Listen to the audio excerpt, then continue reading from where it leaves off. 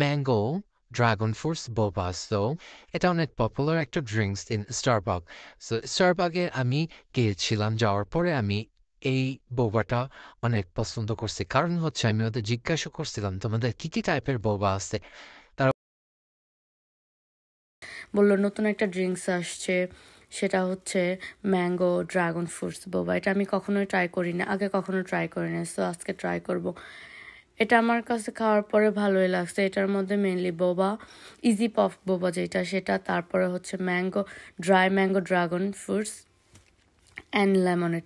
ওরা আমাকে বলছিল দুটা ভার্সন এটা যায়, একটা হচ্ছে ওয়াটার আর একটা হচ্ছে লেমনেড। সো বলছে লেমনেড এটা বেশি ভালো লাগে, পরে আমি এটা লেমনেডে ট্রাই করলাম। সো আমার কাছে এটা খুবই ভালো লাগছে।